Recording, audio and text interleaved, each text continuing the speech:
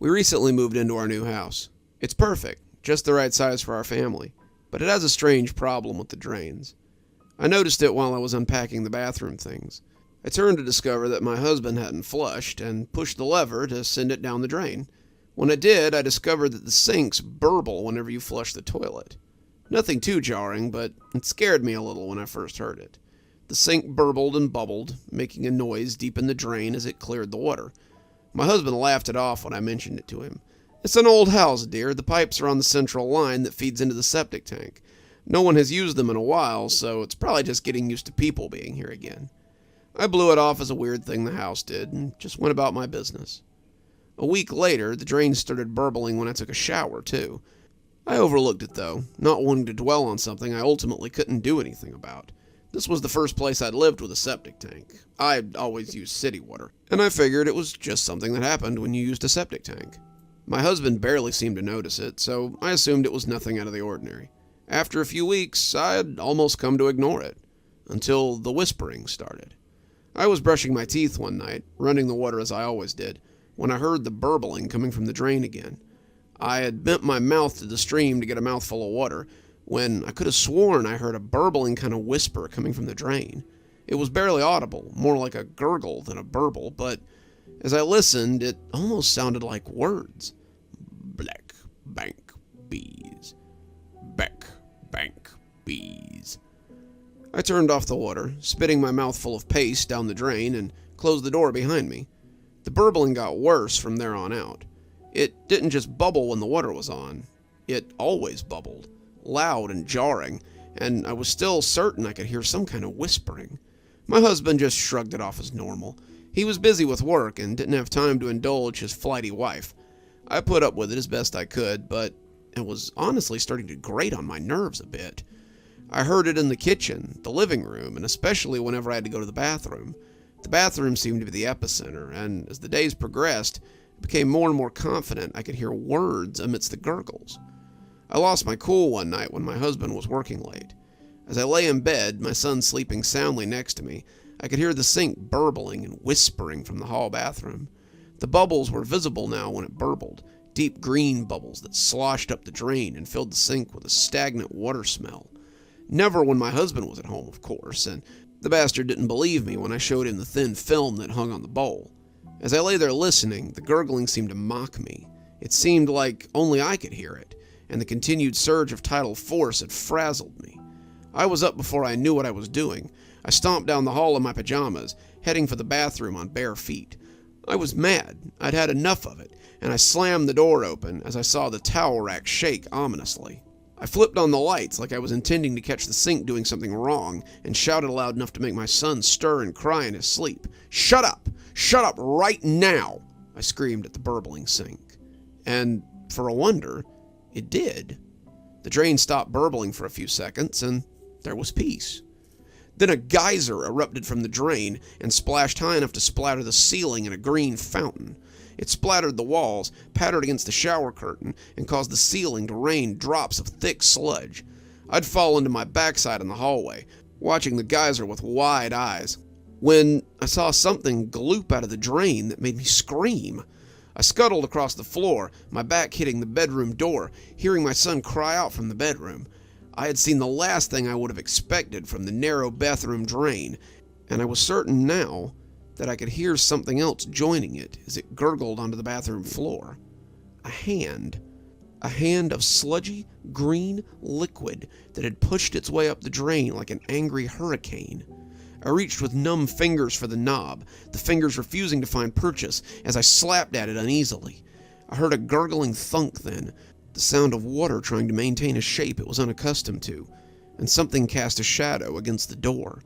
The best way I can describe it is the shadow appeared to be cast by a living jello mold.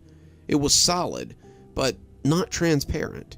It cast a watery shadow, its form undulating as it came towards the door. A single green watery hand gripped the door frame. I screamed as it lumbered into the hallway, and my grasping hand felt like a dead fish.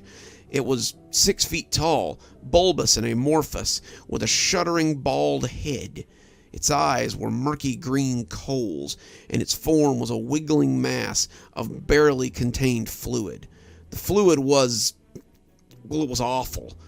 It had clearly drawn its matter from the septic tank, and the things floating within the water didn't bear thinking about. It took a single unsure step, the unstable golem shaking as it took another tottering step forward.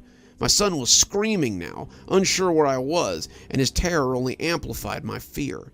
As it wobbled towards me, leaving puddles of oozing liquid on the floor, I heard the burbling voice again as it whisper wailed its words. Beck, bank, bees. Beck, bank, bees. I tried again to open the door, my eyes locked in terror on this watery monstrosity. Beck, bank, bees! Beck, bank, bees! I felt my own water puddle on the floor as my bladder let go, the creature towering over me. Beck, bank, bees! It yelled. It leaned over me, and I could feel the stagnant drops fall onto my face. I wanted to cover my nose. It smelled like raw sewage, but I was too afraid to move. I was sure in that moment that I would never see my husband or my son again. He would return home to find me dead, maybe find our son dead too in his bed. He would see the water and always wonder what had happened to me. As this creature crouched over me, I was certain that the last thing I saw would be his terrible sewage form. It bent its watery lips to my face then, and when it whispered this time, I could hear something different. Check. Tank. Please. The words were spoken as though they might break the creature, and they were spoken with the utmost emphasis. His speech was slushy, slurry, as though his tongue was missing. He was approximating speech, but it was still difficult to make out. I looked into those green orbs and repeated back what he had said. Check, tank, please? It nodded its liquid head, its featureless face almost looking relieved. Then it melted into a deluge of stagnant water, and I was covered in buckets of disgusting sewage. My husband didn't believe me.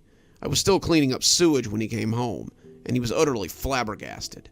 I told him about the creature, about its final message, but he refused to believe it. It was a dream, he said. The septic tank had backflowed into the house, and I had dreamed this watery creature. We went back and forth for hours, until finally I had the solution.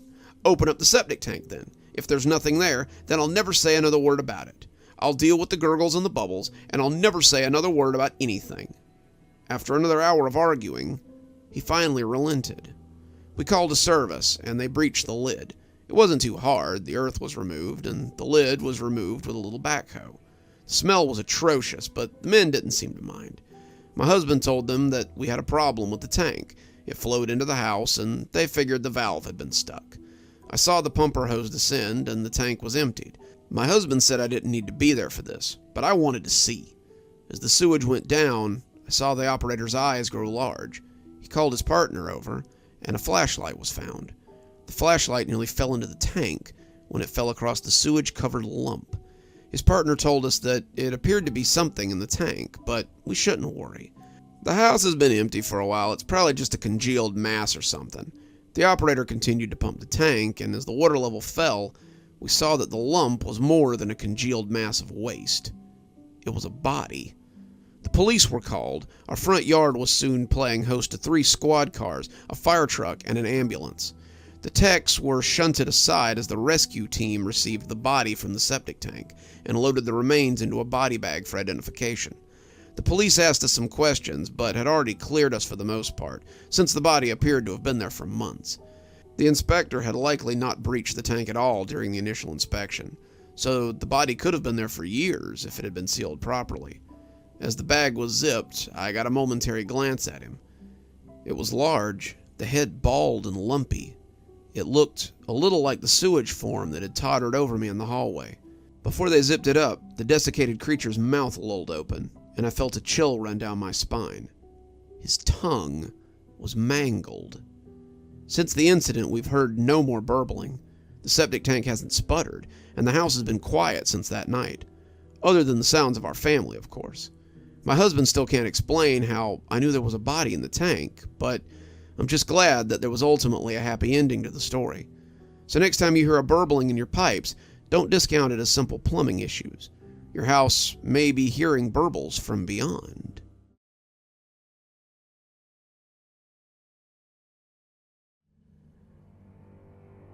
When I came home from work and saw the package on the front porch, I was filled with an irrational flood of joy. You would have thought I'd received something spectacular, and to me, I had.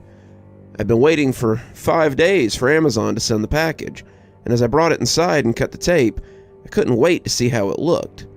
Reaching into the buffer pads, I pulled out not a game or a new Funko Pop, but a single light bulb and a package that seemed bigger than it should have needed to be.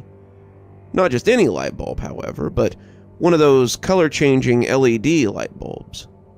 I'd seen them on TikTok and thought they looked cool. They would go through a whole spectrum of colors thanks to the little remote they came with, and I thought the whole operation looked very soothing. I like to watch people lay in bed as the colors shifted, and I thought it might help with my recent mood. I'd been experiencing some heavy seasonal depression lately, and the inclusion of some colored lights might be just what I was missing. I read the instructions and installed the bulb in my ceiling fan, and smiled as I looked at the little remote in my hand. There were so many colors to choose from, and I felt a giddy sense of anticipation. Which one should I try first? Red? Maybe blue? I settled on a light and buttery yellow as I lay in my bed. I felt like I was in some kind of sun, the ones I'd drawn as a kid, it seemed. The yellows were thick, the shade of melted crayons, and I was happy as I lay beneath it in my single room. It had been hard to get out in the cold lately, and this made me feel like I was at the park, under the warm sun at the beach, maybe.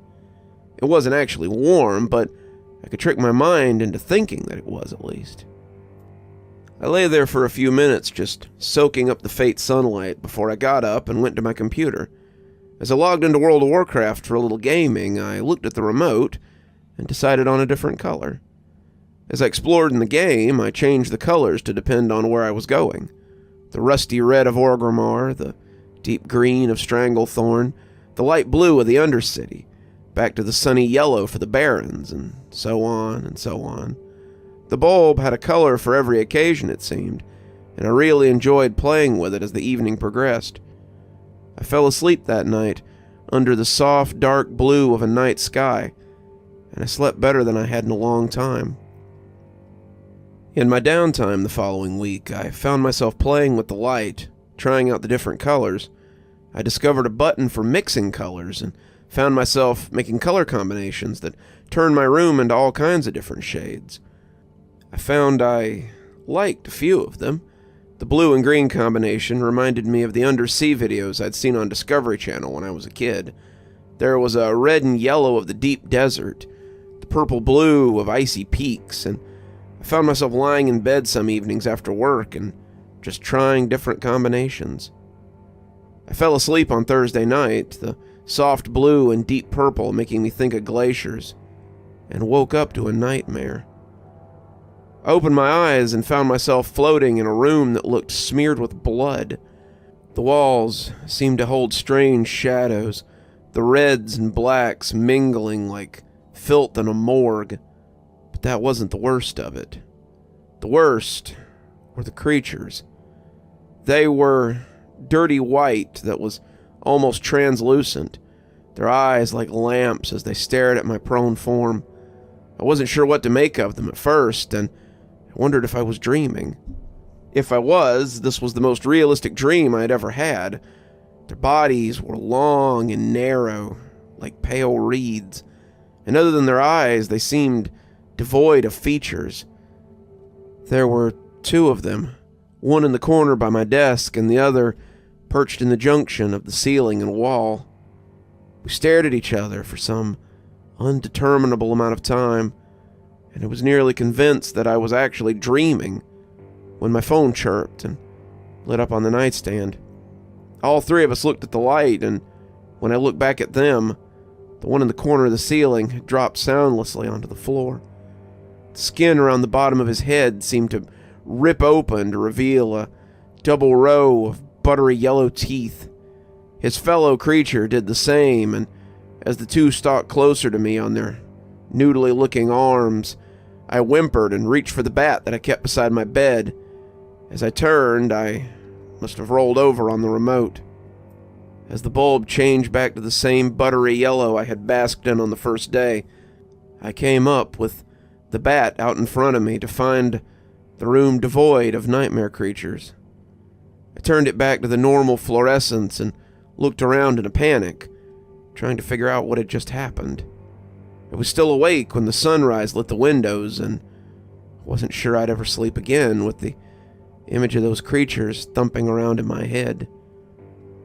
I tried to get about my morning routine, getting ready for work and getting breakfast together, but the image of those horrible things would never leave me. They followed me through my day, dogging my steps as I tried to get my work done, but by lunch, I was a mess. When my boss saw me in the break room, my shaking hands struggling to open my lunch bag, she told me I looked ill and said I should go home and get some rest.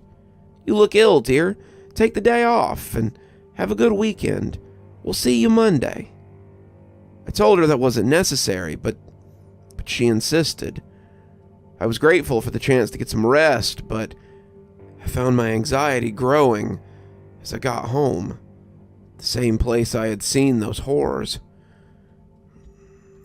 I checked the corners where I had seen them, hoping to find some sign that it had just been a dream, and I was rewarded with nothing. There were no marks on the eggshell white walls, no signs of claws or dirt from the filthy skin of the creatures, but it did little to soothe me. Sign or not, I knew I hadn't been dreaming, and that meant that these things had to be real. The idea that I couldn't see them, that they only existed in the dark, was even more terrifying. But despite my fears, the need to find out what they were and how they had disappeared without any sign just wouldn't leave me. I started by just turning off the lights, but I didn't think that would do much good. I'd woken up in the dark plenty of times, and I'd never seen anything like those creatures. No, I thought, it had to have something to do with that light that I had seen covering the walls. It had changed when I rolled onto the remote, and whatever combination I had bumped had allowed me to see the creatures. I knew about things that you couldn't see with the naked eye, things that were too small or hard to see outside the right color spectrum, and I wondered if these creatures were like that. More importantly, if I could only see them in that spectrum, then was it a two-way street? Could they only see me when that spectrum was on? Might explain why they didn't attack me otherwise. I didn't want to see them. The thought of looking at them terrified me, but I was curious as well. The thought of them followed me as surely as the creatures might, and I needed to be sure of what they were. I was no scientist, not by a long shot, but my desire for answers was greater than my self-preservation in this case. I started playing with different color combinations on the remote, my bat always at the ready. Before you ask, I tried red and black, but it gave me something like a desert cave more than anything. The remote was small, but if you held the buttons, the colors would change further. They would get darker or lighter. They might even change depth and perception, and the combinations really were vast. My computer sat untouched that weekend, my books and TV left to catch dust, and by Sunday, I was a mess. Hadn't slept much that weekend. Every time I closed my eyes, all I could see were the faces of the monsters that stalked me, and my rest was pretty thin. When someone knocked on my door, I jumped and looked around fitfully. I peeked down the hallway as someone knocked again, and when Debbie called my name, I realized it wasn't the monsters trying to trick me out of my little cocoon. I didn't even realize I wasn't dressed for company until I made it to the door. I was in clothes that my mother would have called grubs, and my hair was loose and unwashed. I likely smelled. I hadn't showered since Friday morning and was extremely self-conscious as I opened the door to my apartment. Debbie smiled, bundled up against the cold, and when she saw the state of me, she came right in and asked what was wrong. "Wendy said you had been sent home on Friday with some kind of illness, and I see why now. You look terrible. It's not the COVID, is it?" she said, pulling her scarf up over her nose and mouth. "No, I'm not actually sick," I admitted. "Then what's going on? Have you been sleeping okay? Here." She took egg drop soup out of a bag and set it on the couch. "I brought you your favorite sick soup to help you get past this." I smiled, realizing that I hadn't eaten since the night before, when that delicious steam hit my nose. Bless her. Debbie was a true friend. As we sat, Debbie had brought dumplings to go along with the soup. I told her about the weird creatures that I had seen. Unlike me, Debbie looked excited at the prospect of seeing something different. Debbie was into things like ghost hunting and cryptids, and she loved the idea of actually getting to see one. "Oh my gosh, you gotta let me help. Come on, we'll have a picnic in your room. If this is making you sick, I want to help you see it through." I was glad for her help, but I didn't want to get her caught up in the same crap I was likely getting caught up in. Debbie was my best friend, and the thought of the creature getting her too, all thanks to my damn curiosity, was something I would rather avoid. Debbie, however, was not taking no for an answer. We took the food to my room, and I showed her the remote and the bulb. Debbie scratched her chin as she looked at the buttons, asking if I was sure it was red and black, as she started working through the settings. When I woke up, it was definitely red and black, but it was different. It was greasy looking, ethereal, not quite real. It was like a dream. That's when it took me so long to realize I was awake. Debbie started changing the colors in quick succession, the colors dancing as they went through the spectrum. I was afraid she would burn it out, the colors changing too quickly for my liking, but she just shook her head at me. She said it was fine. They were meant to sustain these kinds of things, and it would speed it up if she just kept flipping through. So we sat there, eating and flipping the lights at an almost nauseating pace for the next few hours. The sun went down and the moon came up, and as I lay on the bed and played on my phone, I realized it was almost midnight suddenly. I had to go back to work the next day, and I told Debbie I needed to get to bed. "Look, I appreciate your help, but I've got to be up early in the morning." Just a little more," Debbie said, the lights still dancing by. I know I can do it." I rolled over and shook my head, reaching for the remote. "Look, I appreciate your help, but I just don't think it can be done." She moved a little away, still flipping through the colors as I reached, and as I came off the bed, she scuttled a little further back.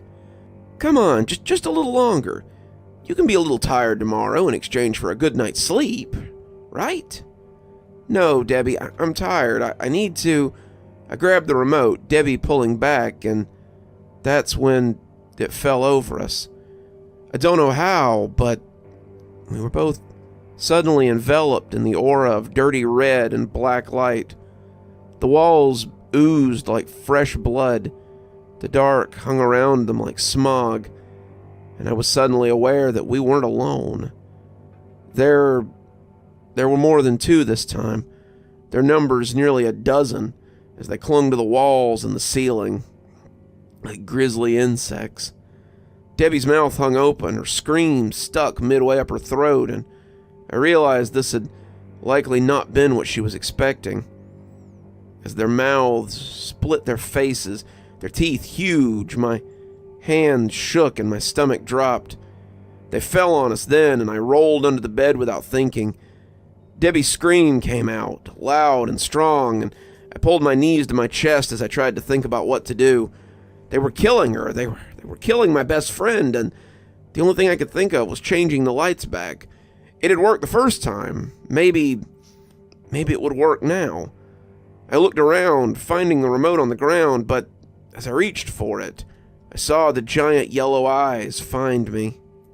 One of those noodly arms came reaching for me, and as my fingers found the plastic face, I pushed the first button I could find and snatched it away from the sharp teeth of the creature.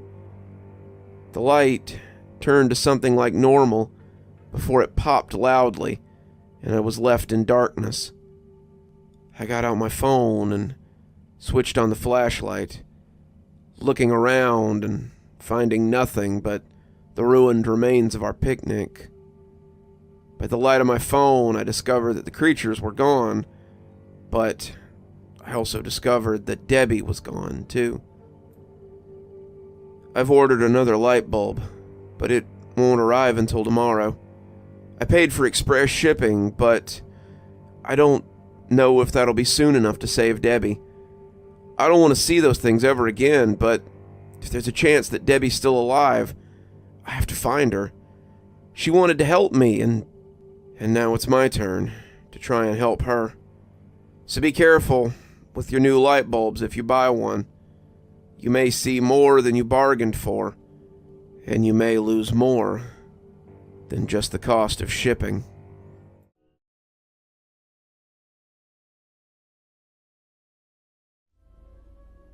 I ran into the house and slammed the door behind me.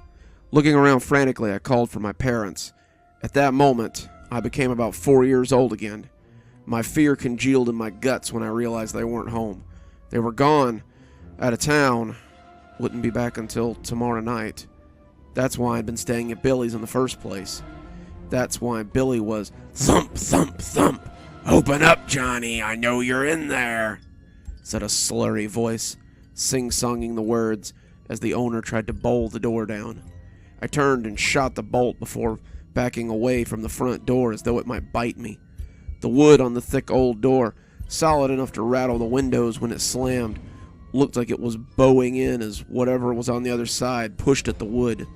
The door warped and twisted and suddenly seemed made of clear film as handprints imposed their image into it. It couldn't be. It just couldn't be. My dad had said that door was a foot thick when he installed it, and now it was bending and warping like melted wax. It was too much. I ran into the kitchen and slammed the door. I threw a chair in front of it too, for good measure. After I was certain that I had jammed it in there good, I backed away slowly with wide, staring eyes. I jumped suddenly and shrieked like a tea kettle when my jeans-clad bottom came into contact with something solid. I felt stupid when I realized it was just the fridge. Even laughed a little, thinking maybe I'd exaggerated this whole thing. That's when I heard a terrible cracking sound coming from the living room. It was the sound of wood splintering as its dimensions are violated. He'd be through soon. He'd be through, and he'd have me. Patches would be through. Billy, Randall, Scotty, and I had been friends since we were young. We'd been inseparable, thick as thieves, and the terrors of our neighborhood since we were old enough to walk. Don't get me wrong or anything, we weren't bullies. We weren't bad boys. We ate our vegetables. We were in before the streetlights came on. We kept our grades up. We were polite to anyone that we met. The problem was that we liked to play pranks. What child doesn't like to pull a prank now and then? Attack on a teacher's chair, a whoopee cushion on a classmate's seat, a frog in a backpack. We'd done them all, and it had given us a bit of a reputation as troublemakers. When school ended for the summer, and the four of us moved on to middle school, I'm pretty sure the teachers at our old elementary school threw a party to celebrate. We were all just looking forward to summer, a summer of pranks and mischief, but none of us could have foreseen what was to come. After 3 weeks of no school, limited parental supervision, and way too much free time on our hands, we started to get bored.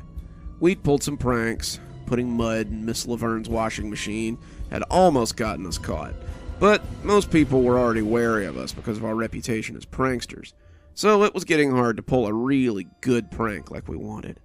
One afternoon, though, the four of us put our heads together and thought of all the people we hadn't pranked yet, and only one person in town came to mind: Patches. The front door crashed open like it had been shot with a cannon, but in the wake of the break-in, I was treated to nothing but a long silence from the living room. No footsteps headed towards the kitchen. No slurry voice trying to call me out. Just a long, uncomfortable silence as I sat with my back against the solid old refrigerator and waited to see what would happen. I counted in my head. 1, 2, 3, and when I got to 100, I worked my way up to my feet and took a hesitant step towards the kitchen door. That's when the knob started to turn frantically. It turned left, then right, then left again, and someone pushed against it and swore loudly when the chair stopped it from opening. He slammed against the lame barricade, and I saw one of his bloodshot eyes peek through the crack as it trained onto me. The eye went wide in mirth, and I heard the slurry voice call my name again. He rattled at the door a few more times before opening it as far as he could so I could hear him. Johnny! Johnny, Johnny, Johnny! Don't you want to see what you did to your old pal Patches? Don't you want to see what you and your friends did to me? Maybe when I'm through this door, he slammed his weight against it again, I'll give you a taste of what I gave the others. Billy squealed like a little girl when I twisted his fat head right off his shoulders. He screamed through the door as he put his whole weight into the hit, and the legs of the chair started bucking as it got ready to give. I didn't wait to see what would happen. I tore up the stairs as fast as I could, taking the little staircase in the kitchen. Just as my feet touched the bottom step, I heard the door crash open, and I put on a burst of speed. As I hit the halfway point, something grabbed my ankle, and I fell hard onto the rough wooden steps. I bit my tongue on the way down, and felt my lips split as I hit the stairs. One look at what stood at the bottom, though, and both of those pains were nothing. His hand was wrapped in the same threadbare mittens he'd worn in life, and it clutched my ankle as it looked like his arm stretched from his body, so it hung halfway down the stairs behind him like a fire hose. Patches stood at the bottom of the stairs, dressed in his soiled, cast-off clothes, and grinned his gap-toothed smile, which had become decidedly moldy in death. He started pulling on me as I struggled to get back to my feet. Patches was a tramp, a sort of city pet, and the residents thought he gave our town a colorful appearance. They'd all grown up with Mayberry and Mayfield.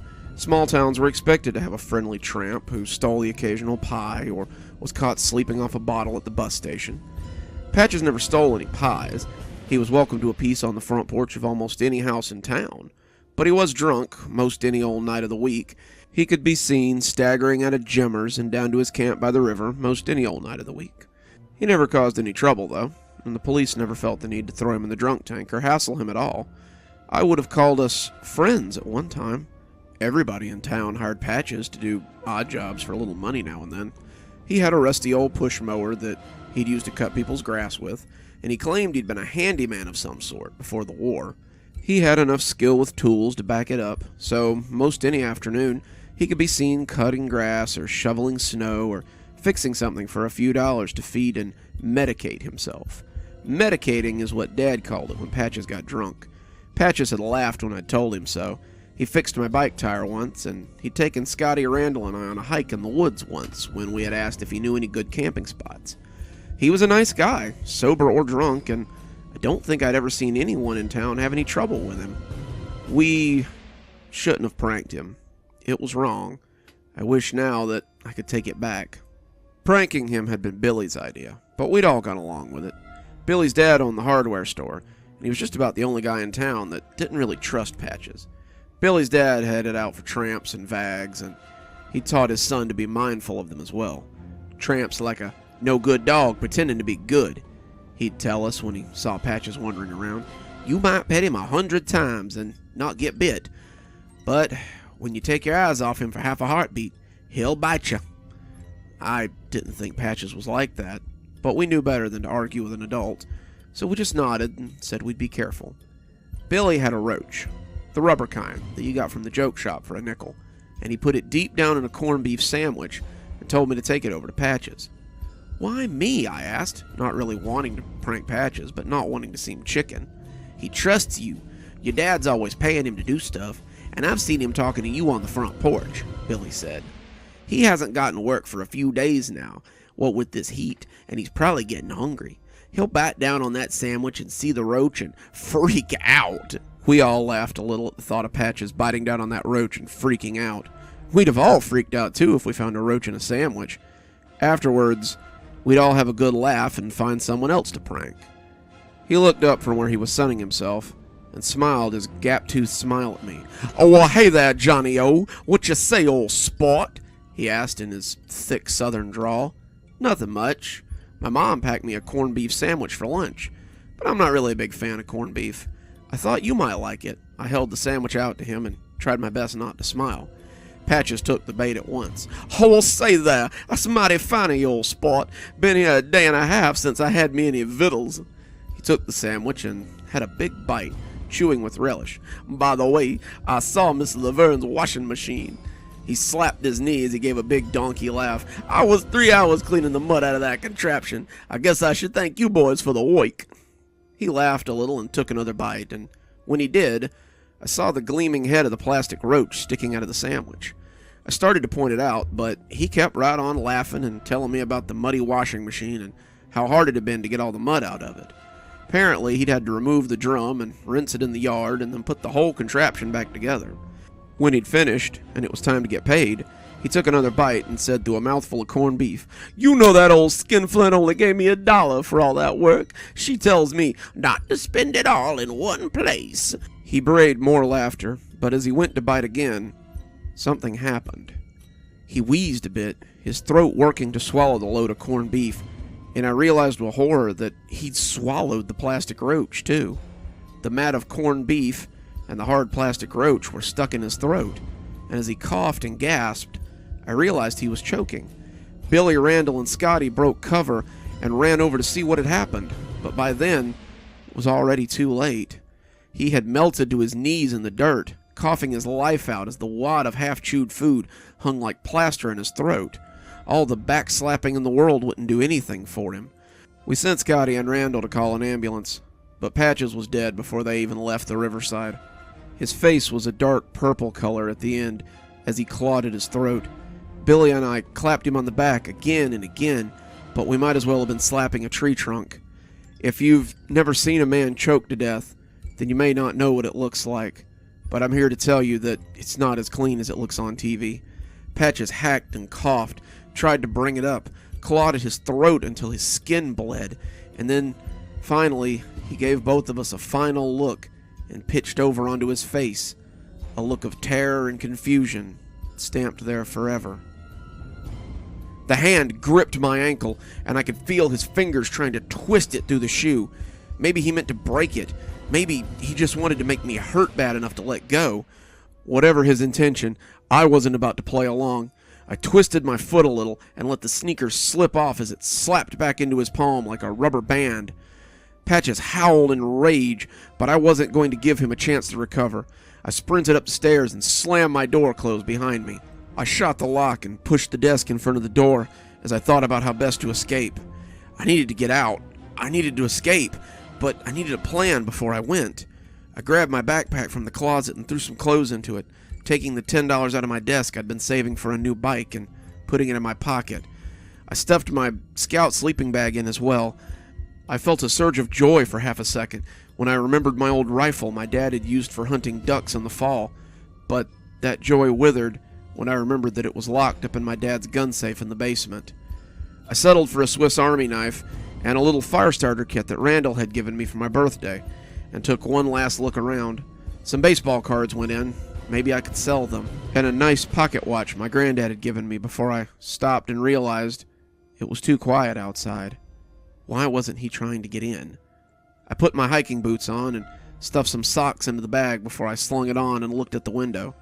It would be a long drop to the ground, but I could hang off the kitchen roof and maybe not break my ankle if I was careful. My eyes flicked back to the door, and for a moment, I felt the urge to fling it open and confront my attacker head on. The suicidal urge passed quickly, though, and I crept over to the door and laid my ear against it instead, trying to hear what might be going on the other side.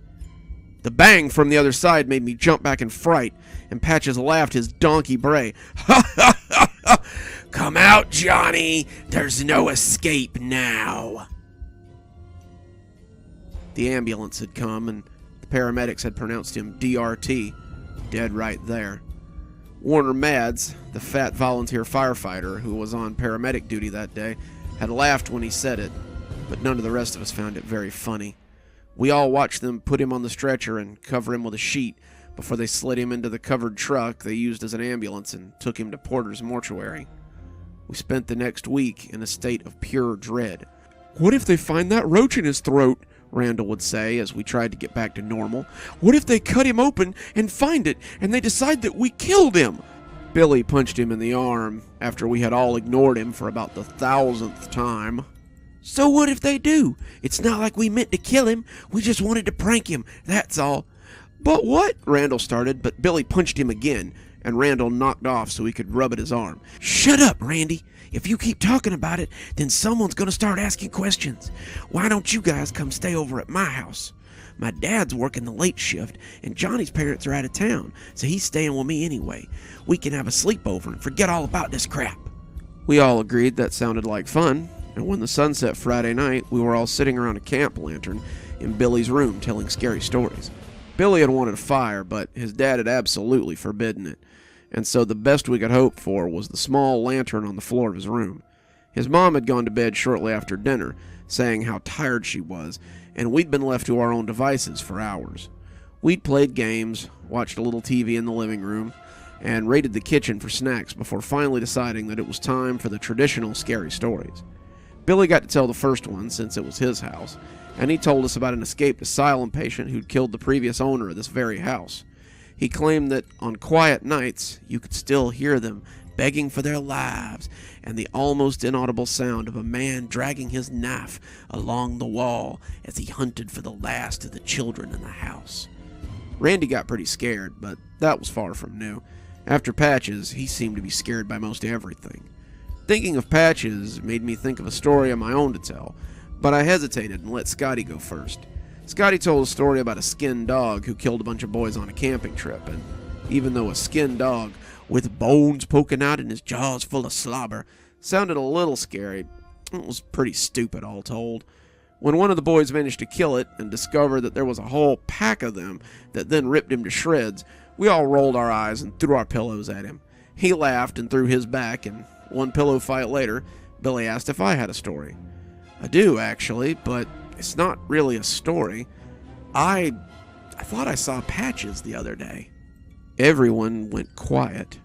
Randall looked like a goose had walked over his grave. Scotty sucked air through his teeth, and Billy punched me in the arm in a less than playful way. "That ain't funny, man. That ain't funny a little bit." But I told him I wasn't joking. I'd seen him on and off for days since his death. Pressed up against the glass of the grocery store, his gap teeth covered in mold and his face a purple and red patchwork. At his old camp when my dad and I drove past, and even when I didn't see him, I could swear I smelled the odor of peppermint candy and rock gut whiskey, the smells of Patches. But last night was the worst yet. I woke up all of a sudden and there was someone standing at the end of my bed. I thought it might be my dad, checking up on me, and then I smelled the peppermint and the sweet smell of alcohol, and I knew who it was.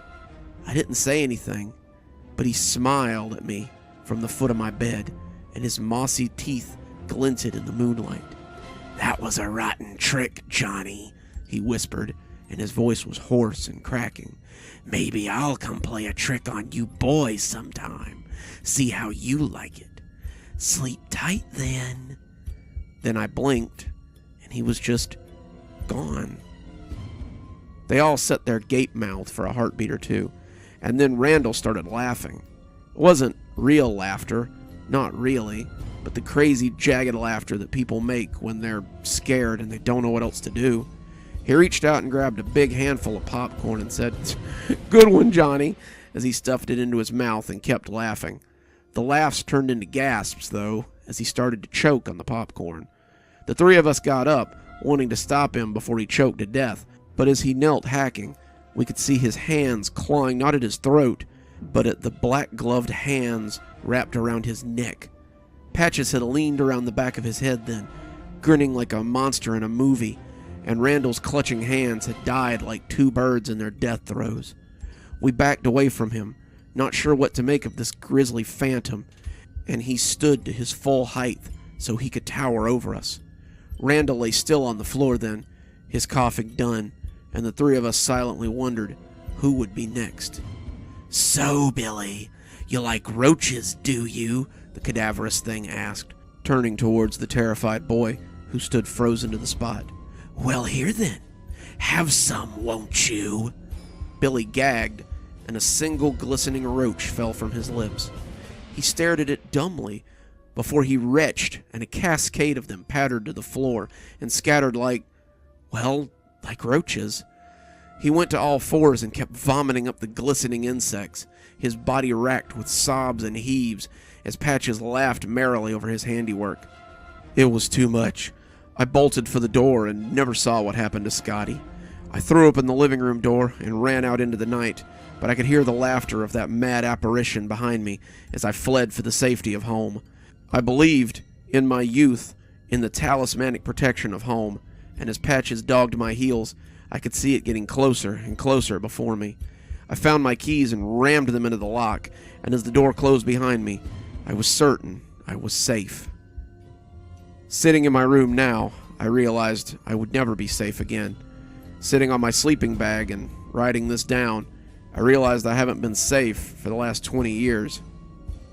I fled that night with my backpack and my fear, and God forgive me, I never looked back. I later found out that the deaths of my 3 friends were the talk of the small town, and many believed that I had been abducted by whoever had done the killing. I used the money I had to get as far away as I could from my hometown, and when it was gone, I worked for men who would hire a boy my age to do a day's work. This was 1974, so there were kids on the run all over, and one more didn't really strike much interest. When I couldn't work, I begged, and when I found someone willing to take me in for a few days, I stayed. Eventually, though, I would have to move on again or risk being caught in the shadow of Patches. Patches didn't stay in my hometown after all. No matter where I went, I would see him somewhere eventually, reflected in the window of a store, half hidden in an alley between 2 buildings. Sometimes I'd smell that sickly sweet smell of him and know it was time to get a move on. I took up the bottle early, and as I got older, came to realize that in my own sad way, I had become Patches. I'd become a living monument to the man I had killed on accident, and I suppose I was just looking for a place like my hometown where I could feel safe. I guess I found it now. The truck dropped me off by the familiar river I had so often swam in when I was young, and as the sun set, I found the ragged remains of Patches' old camp. The town has changed, as I knew it would, and the attendant at the corner store gave me a dirty look as I used my last $5 to pick up a bottle of Irish Rose whiskey. I didn't care. By tomorrow, I'd just be another curiosity piece in the local paper. Homeless man found murdered by the river, it would likely say. And after 20 years of running, I guess that's not too bad. The bottle's half gone now. So was the sun as I sit here making my final notes. I'm sitting in the spot where his camp used to be, and the sounds of the river, the frogs, and the crickets just tuning up behind me, are almost soothing as I wait for my death to come. He'll find me now, I'm sure of it, and after all this time, it's almost a relief. A shadow has fallen over me, and a familiar voice asks, "You gonna finish that bottle, Johnny?" I looked up into the unchanging face of horror. I hand it up to him and smile. Guess not.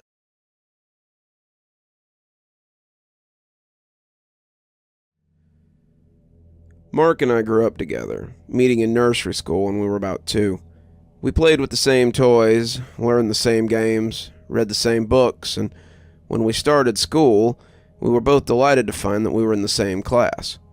I didn't really notice the chair at the foot of his bed until we were 6. We were playing Super Nintendo in Mark's room, being rambunctious and probably making a lot of noise. Our game of Mario Kart had turned into a little bit of horseplay, and when I bumped into the old wooden chair at the end of his bed, he jumped up like he'd been scalded. He picked it up, dusting the seat like it might be offended as he placed it carefully back where it had been. "Sorry," I said. "I didn't mean to push your chair over." "That's okay. It's just gotta sit there. It's kind of important." "Why is that?" I asked as he reached for his controller to go back to playing the game as if nothing had happened. "Oh, That's where my guardian angel sits at night. He said it in that way that made it very clear this was both something he believed in and was as normal to him as the toast he'd had for breakfast. When he noticed I hadn't picked up my controller to begin playing again, he looked back at me in confusion and seemed surprised by my look of stunned interest. "Your what?" "My guardian angel," he said. "What, you don't have one at the end of your bed every night?" I told him I didn't, and he seemed surprised. "Huh, Mom said everybody had them." He tried to go back to the game again, but I found myself much more interested in this guardian angel thing than our game of Mario Kart. As kids, you get used to hearing your playmates spout out about all kinds of odd things. Sometimes they don't really make sense. This, however, had been endorsed by a grown-up. To a kid barely into his 7th year, the word of an adult was still something I put a lot of stock into. If his mom had told him this, then it had to be true. And if a real angel sat at the end of his bed every night, then I wanted to know more about it, or even see it if I could. "Okay," he said, so when I was little, I woke up and found something at the foot of the bed that scared me. I thought it was a monster at first, but when I went and told my mom about it, she said it was my guardian angel. After that, we left a chair so that it could sit, since before it had just been standing at the foot of the bed. "And it comes every night?" "Every night. And now I'm not afraid of him, since I know that he's there to watch over me." The whole thing interested me greatly. Mark's family didn't strike me as particularly religious. I don't even think he went to church. So the idea of Mark having a guardian angel and not me was a little bit weird. If it was a real thing and Mark wasn't just pulling my leg, I wanted to see it too. That was when I started bothering Mark's mother, my mother, and Mark about having me over for a sleepover. We were getting to that age where sleepovers were pretty common, but it seemed like they just never had a good time to do it. There were always weekend plans. My parents were religious, so we always went to church on Sundays. I started trying for Friday night, or Saturday maybe, but there just always seemed to be something to stop us from spending the night at his house. As if in answer, Mark came to stay at my house a couple of times. That was fun, but it ultimately wasn't what I wanted. We couldn't see Mark's guardian angel at my house after all, so I kept asking and asking if I could stay the night, and finally we found a time that made it work. We were in 2nd grade, a whole 2 years after I started asking, when my parents suddenly needed to go out of town and didn't have a way to bring me with them. It was right in the middle of the school year, and they needed to go to a funeral from Thursday morning to Friday night. It wasn't really the sort of thing you could bring a kid to, and I suggested that maybe I could stay with Mark. My parents liked the idea. We had hosted Mark a few times, so his parents could have a date night or visit relatives, and so they called to see if it was something they could do. Mark's parents said they'd be happy to help, and I was filled with excitement as I packed my bag for a couple of days at Mark's house. Wednesday night was a blast. Mark's dad grilled hamburgers in the backyard while we played on the slip and slide. Mark's mom had rented a game from Blockbuster that we took turns playing.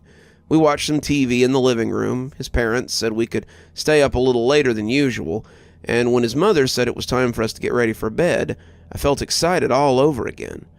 As I lay on my pallet that night, sleeping in the shadow underneath Mark's bed, I was filled with anticipation as I watched the chair. I'd waited for years to see this, and I wasn't going to sleep until I saw it. The chair just sat there, a mute hunk of wood, and as the lights went out and Mark's last-minute chatter turned into soft snoring, I tried my best to stay awake. I wanted to see it, but as I began to yawn more frequently, I wasn't sure I'd make it. I wondered if Mark really had just been pulling my leg, and as the alarm clock on the nightstand went from 10:30 to 11, I thought it'd be a real joke if there never was an angel, and he'd just been having a laugh at me all these years. As my eyes grew heavy, I tried to keep awake until it got there. Inevitably, though, I lost the fight and fell asleep. I came awake suddenly in the unfamiliar darkness of Mark's bedroom. It was very early, and As I sat up with a start, I remember feeling that momentary sense of confusion. Where was I? What was going on? That was when I remembered that I was at a sleepover at Mark's, and why I was at a sleepover at Mark's. I glanced up at the chair, expecting to see something in white robes with wings and a halo, but I was disappointed in that respect. Disappointed, but utterly terrified. What I saw was a shapeless shadow with vaguely human proportions. The dimensions seemed to move when I watched it, though I don't think it had noticed me. It was leaning forward in the chair, staring at Mark like a hungry shark, and it didn't turn to look at me until I started screaming. It shifted its soupy face towards me, and I saw a pair of dancing red eyes amidst the miasma. It went right on looking at me until someone turned the lights on, and as the room came into view, the creature was just gone. Mark's mother was sympathetic, asking what had happened, and I lied and told her I just had a bad dream. She bought it, I think, but I think Mark knew what I had seen. He tried to ask me about it, but I rolled over and faced the wall as I pretended to go back to sleep. Mark tried again as his mom took us to school the next day, but I didn't want to talk about it. I was as terrified of what I had seen as I was disappointed at the outcome of my curiosity. My parents picked me up from school that day, having gotten back a little early, and I think they too sensed that something had happened. I slept more soundly in my own bed than I ever had before, and I never asked to sleep at Mark's house again. I may have never asked to spend the night at his house. But Mark and I remained good friends. I still went over to his house, I still hung out in his bedroom, but I never stayed after dark again. Incidentally, since the sleepover had been such a success, his mother let Mark stay over at our house more often. This seemed to work better for Mark's parents, too, and looking back, I don't think they got along well. They argued a lot, and many of the trips they took together ended abruptly without helping their marriage. When they divorced after Mark graduated high school, I think it was only really a surprise to Mark.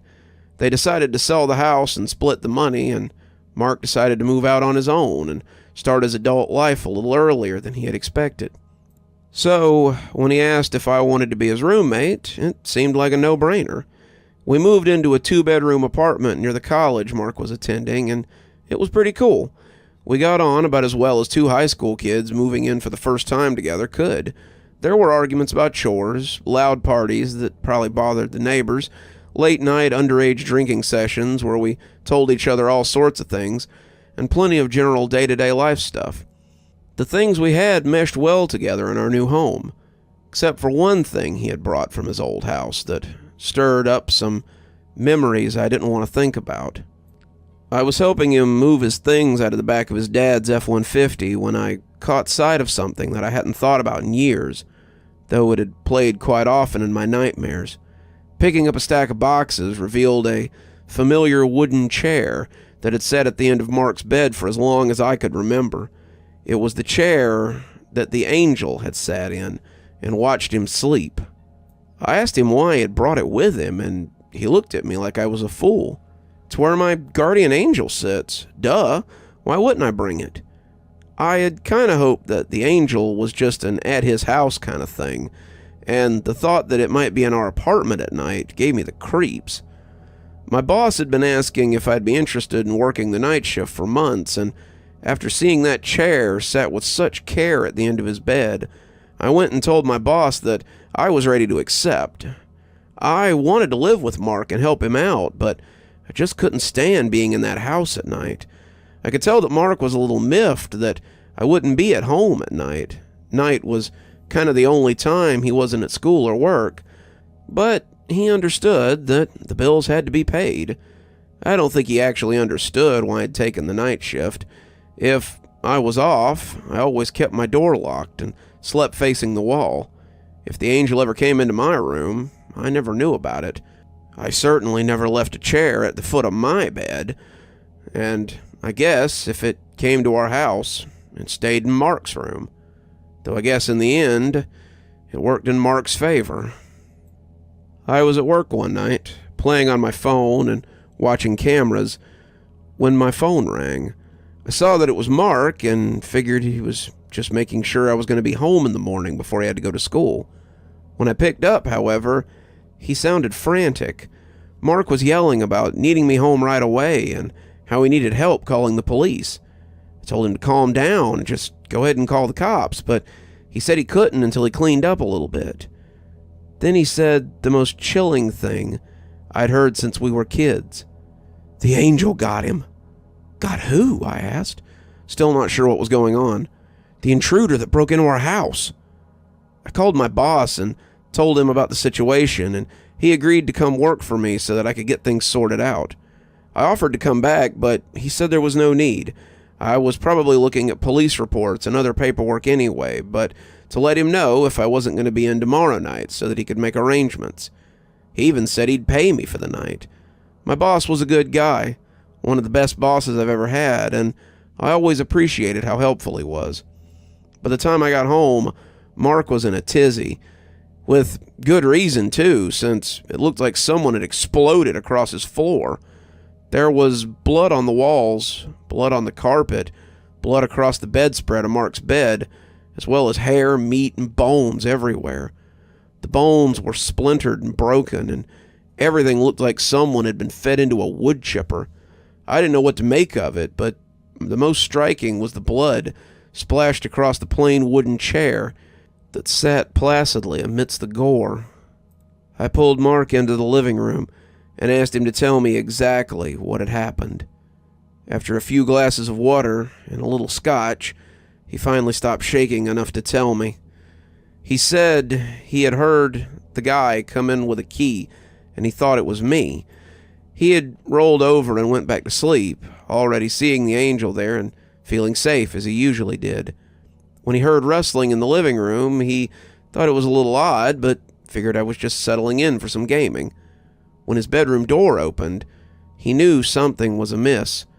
I didn't usually go into his room at night, especially not after what Mark considered bedtime, and the door opening made him turn to confront whoever it was. He had sat up in bed, looking at the person silhouetted in the hall light, and that's when he saw the angel turn its head to look at the intruder. "What the hell?" the guy said, his voice deep and confused. Mark said he had taken a step into the room, fiddling with something in his pocket, but he never got out what he intended to use. Suddenly the angel was standing, and Mark said it just sort of blurred at the guy. He knew how that sounded, but it was like one minute it was standing beside the chair, and the next they had been face to face in the doorway. He had reached out towards him, his hand sinking into the man's chest, and the intruder had made a noise like he was having indigestion. The angel simply pulled him to pieces. He had ripped him right down the middle, long ways, and that had been where most of the blood had come from. He had thrown him against the wall, well, half of him, and the other half he had dragged to the floor and began to eat. Mark said that had been the worst part, watching it eat. It didn't eat like a normal creature. It ate by pressing its formless head against the body. Parts of the body just disappeared. It was like watching something that I couldn't see devour somebody. As it ate, Mark had gotten shakily out of bed and moved slowly around the perimeter of the room. He had watched the thing as he went, unsure whether it would hurt him or not, and when he came to the door, his hands trembled as he reached for the light switch. Just as the lights came on, the creature had looked up in surprise. Its eyes almost looked betrayed, and as he dissipated, Mark was left with the remains of its feast. I don't know what to do. The cops are never going to believe that some weird angel that I've had since I was a kid tore this guy apart. This is a little excessive, even for a home invader, and I'm afraid that I'm going to be in trouble. It's probably going to incriminate both of us for me to put this in here, but we came up with a story that wouldn't sound quite so crazy. The story was that Mark had been in the bathroom when the guy came in. Mark had locked the door and hunkered down to wait on them while they started taking things. While hiding, Mark heard something going on in the bedroom, and when everything had gone quiet, he came out to find the guy like that. It was a shaky story. The cops were likely to raise an eyebrow at it, but Mark isn't a very big guy, and the idea that he might have hidden instead of trying to confront a home invader isn't too far-fetched. No more far-fetched than the idea that he could rip a guy in half. So we called the cops, and after answering some questions and a trip to the station for some more questions, we were put up in a hotel for the night while they checked out our apartment. It turned out that the guy who had come in to rob us was the landlord's nephew. We've had several apartments that had been broken into without much sign of a break-in, and the cops finally had their answer. The nephew has been using the keys from the main office to go into people's houses, and he usually chooses places where no one was likely to be home. I'd met the nephew on the on-site gym a few times, and he knew I worked nights and likely thought my apartment would be empty, not realizing I had a roommate. They found a lot of evidence at the nephew's apartment, an apartment owned by his uncle, too, so the case seemed pretty open and shut. Most of them thought that he'd had an accomplice who was on drugs or something, and the two had just gotten into a brutal exchange over some of the plunder. We actually got a small reward for calling it in, though I think our landlord had mixed feelings about the whole incident. Mark threw the chair out after that. He just didn't feel safe with it at the end of his bed anymore. The angel had been his guardian, and it had protected him, though maybe a little overzealously. It's unclear whether Mark would still be alive if it hadn't been there, but it seemed that, like me, Mark had seen more than he was comfortable with when he'd seen it attack the guy. He put the chair by the dumpster, and somebody must have taken it because it was gone by the next day. I don't know if the angel still comes back to the foot of his bed or not, but if it does, I guess it's standing these days.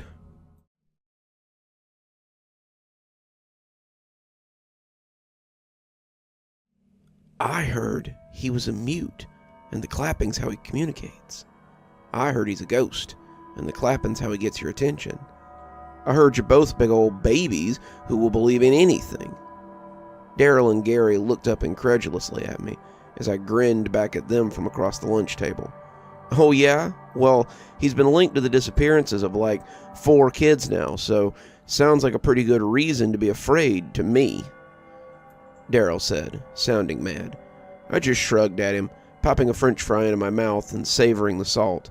There's no proof that this clapping man is responsible for a candy bar going missing at Dell's, let alone Mike Frazier getting snatched. The clapping man story was something that had been circulating for a while.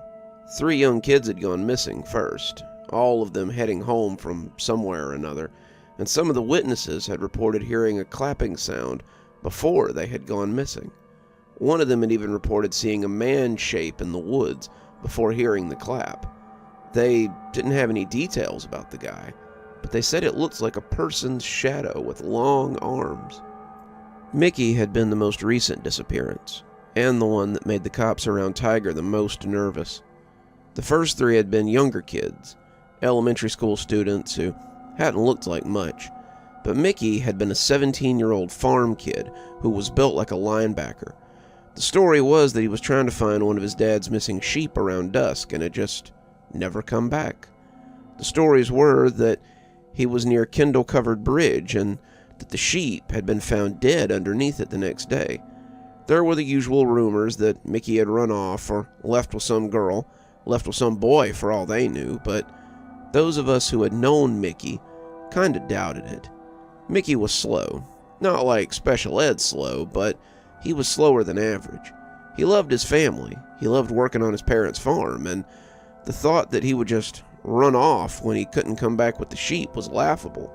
Mickey liked football too, but if his dad had asked, he would have given it up in a heartbeat. The cops knew this too. That's why they were sure that Mickey had been taken by someone, and that someone had to be big. The bell rang then, but we kept our seats as the good little sheep dispersed around us. We'd leave when the monitor finally told us we had to, and not a minute before. Gary still looked a little nervous as the cafeteria cleared out, but Daryl was pretty used to it. Daryl and me had been hellions since we were young, but it was a life that Gary was slowly getting used to. I'm not a bad kid. Not really. I love my mama, I respect my daddy, and I keep my truck well maintained. I'm good to my girl, when I have one. That being said, I have no time for weakness or rules. The only rule I know is that the strong rule, and it's a rule that I learned from my daddy.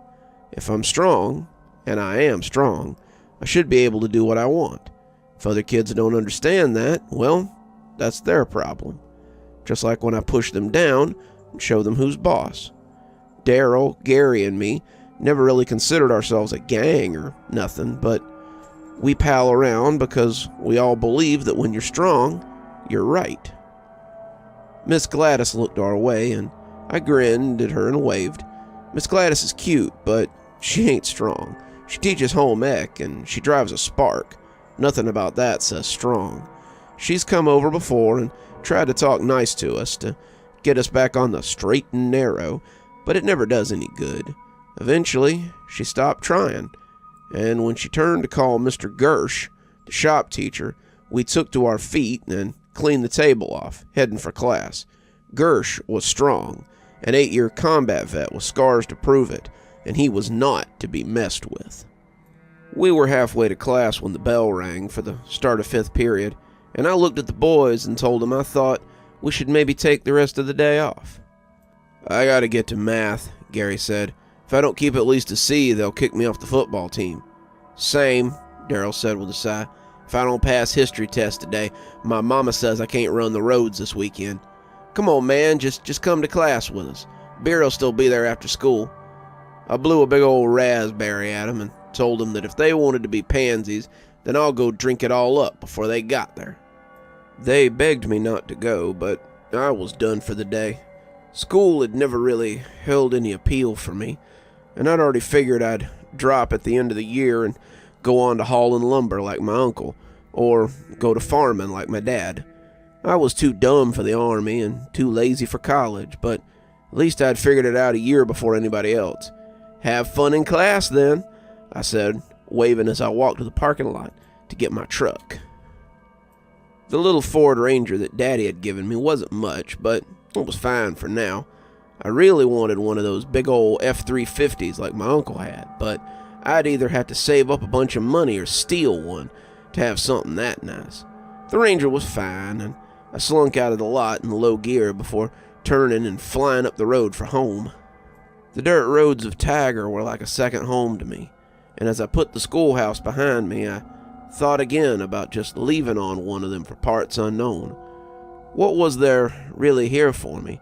A dead-end job and a naggy wife, squalling kids and a mortgage I couldn't pay, a bottle of beer after work with the boys, a loveless marriage that would hang like a shackle around my neck, maybe a trip to Stragview if I wasn't careful, or a telephone pole in the night if I'd had a few too many beers. I didn't like to think too much about the future then, preferring to live in the moment, and just this particular moment was about to contain a 12-pack of beer. I pulled up behind the barn so Daddy wouldn't see me if he came home early.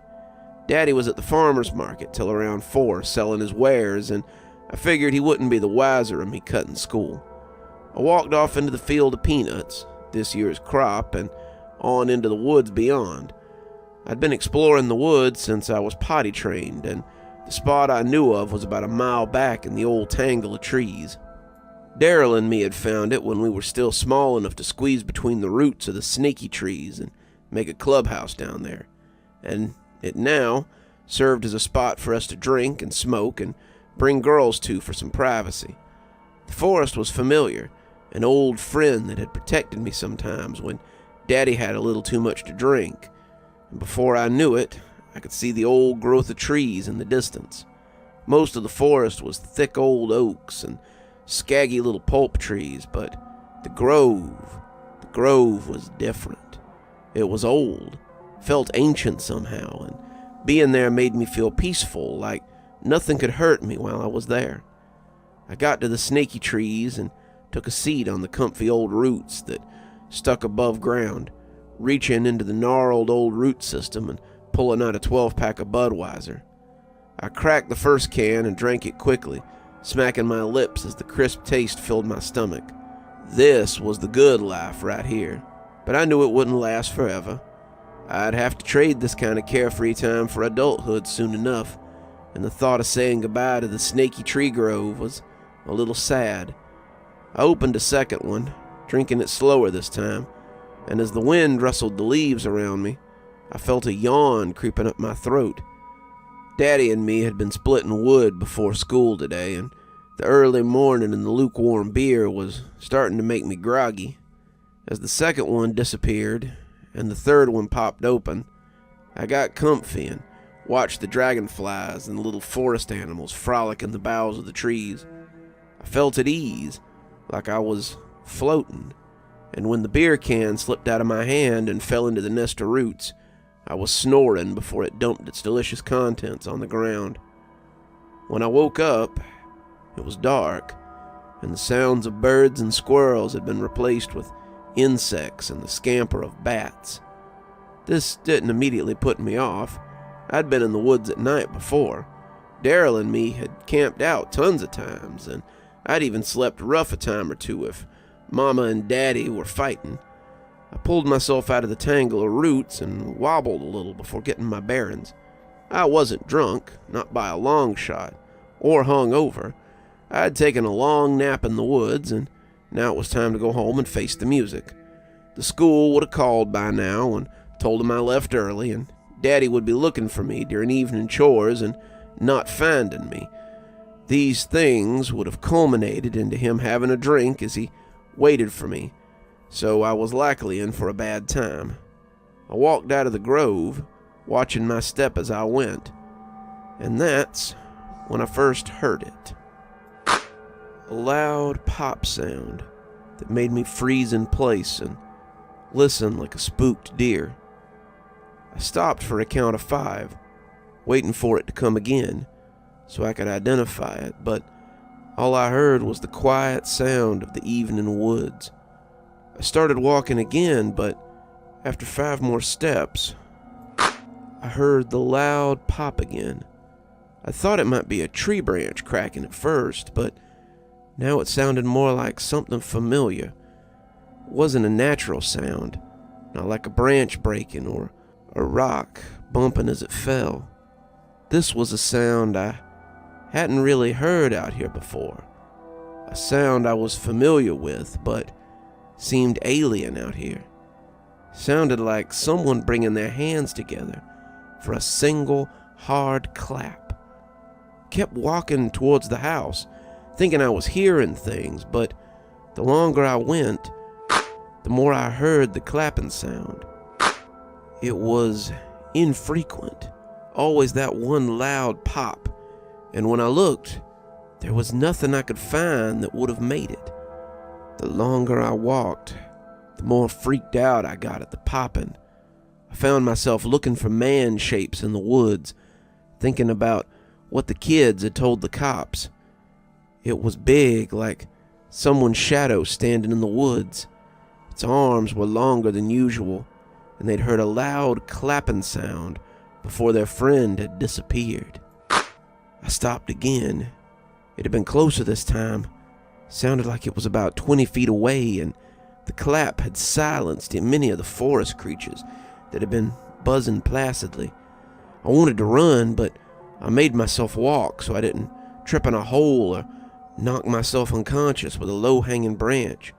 There was also the fact that these were my woods. Nothing bad could happen to me in my woods. No one could hurt me out here. No one would dare to... Now it was closer. 10 feet or better. It was following me, and I was still half a mile from home. I wondered how far it would let me get before it snatched me. Would they find any evidence that I'd been alive? Would they ever find anything? I quickened my pace. Holes be damned. I needed to go. I needed to get out of here. I needed to be behind my door with the lock thrown and the bolt pushed in. I'd hug my daddy and tell him I was sorry and take whatever punishment came, but I needed to know that the monster or freak or whatever was outside couldn't get me. I ducked a branch that I saw as a vague outline and kept moving. The popping had stopped for now, but I knew I wasn't safe. I had to get home. I turned my head in the direction of the sound, and there he was. He was man-shaped, that was for sure. He looked like a bulky fella, his arms and legs just thick outlines in the murk. I couldn't see his eyes, but I could feel him on me. He didn't make a sound, but the longer I stayed still, the more I could hear a low murmur, like a TV show trying to break through the static. I thought he might be frozen by my stare, but as I watched, he raised his hands slowly and brought them together with a single loud clap. I took off like a shot. I ran and ran and ran as the poppin' followed me. I expected that every step would be my last. A claw would come out, or a set of teeth would clamp down on me, and I'd be dragged away to whatever served as a den for the digestion, or God knew what else.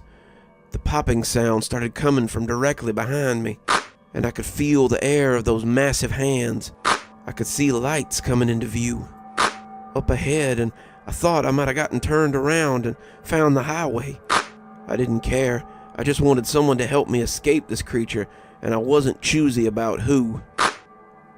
I broke through the tree line to discover that I had come out at the edge of my parents' farm, and the lights were flashlights as people looked for me.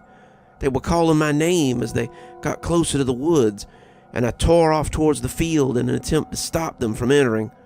One of them could have just as easily been the thing's next meal, and I wasn't about to draw them to it. I found Daddy first, his beam turning to fix me, and he wrapped me in a hug as he recognized me. "God damn, boy, I was so scared you'd been took." He hugged me close, the first time I'd ever seen my daddy show that kind of emotion, and when he called out to them that he'd found me, I saw them all start heading to his location. The police came and talked to me, and I don't know if they took me seriously or not. They told people to stay out of the woods for a while and listen for a clapping if they were alone. Mickey was the last kid to go missing in Tiger that year, and when the clapping came back after that, they seemed better prepared for it. That experience changed me, and I'm glad to say that it was for the better. I started taking my schooling a little more seriously, stopped being so impetuous, started helping people instead of taking, and changed my way of thinking a lot. I still believe that strong people are important, but now I also believe that they have a responsibility to help those who aren't strong. I started volunteering to go out and woodland rescue, searching for people who'd gotten lost or looking for remains, and I got approached by the Park Service to see if I wanted to work with them. Now I help educate people so they don't get lost, and I find people who have gone missing. In a way, I guess I owe the clapping man a debt. He saved me that night from becoming a monster too, though I doubt it was his intention.